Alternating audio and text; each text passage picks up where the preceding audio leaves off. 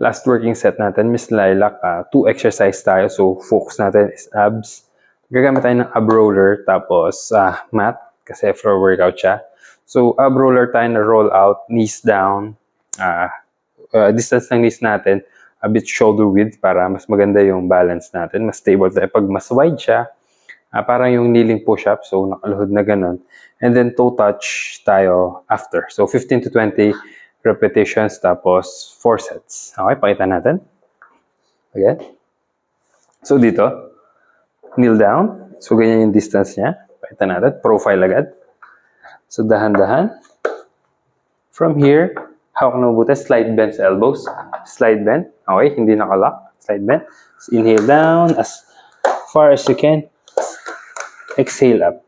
Option, pwede tayong nakadikit sa wall or yung may tatamaan yung ano natin para may guide tayo, may limiter. Ganun.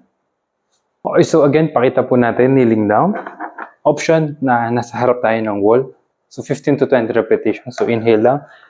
Hips, check yung hips natin, bababa. Tapos, pagbalik natin, manggagaling dito, tsaka sa glutes yung hatak. So inhale, all the way out, nakaya natin. Exhale back. Option, pwedeng hanggang dito lang siya. Alright, so make sure align yung spine natin. Shoulders back, abs brace. As far as you can. Exhale up. Okay, so working yung lahat ng muscle insertion ng abdominals natin. Alright, so focus. Inhale down. Exhale up. Again, 15 to 20 repetitions. Okay, so next natin, right after that, higa naman tayo. Set aside muna natin sa ab roller. Slide down. Alright, so higa tayo. Okay, taas yung paa. Taas, touch natin. Exhale, exhale, exhale. Okay, so toe touch tayo. Same target tayo, 15 to 20 repetitions.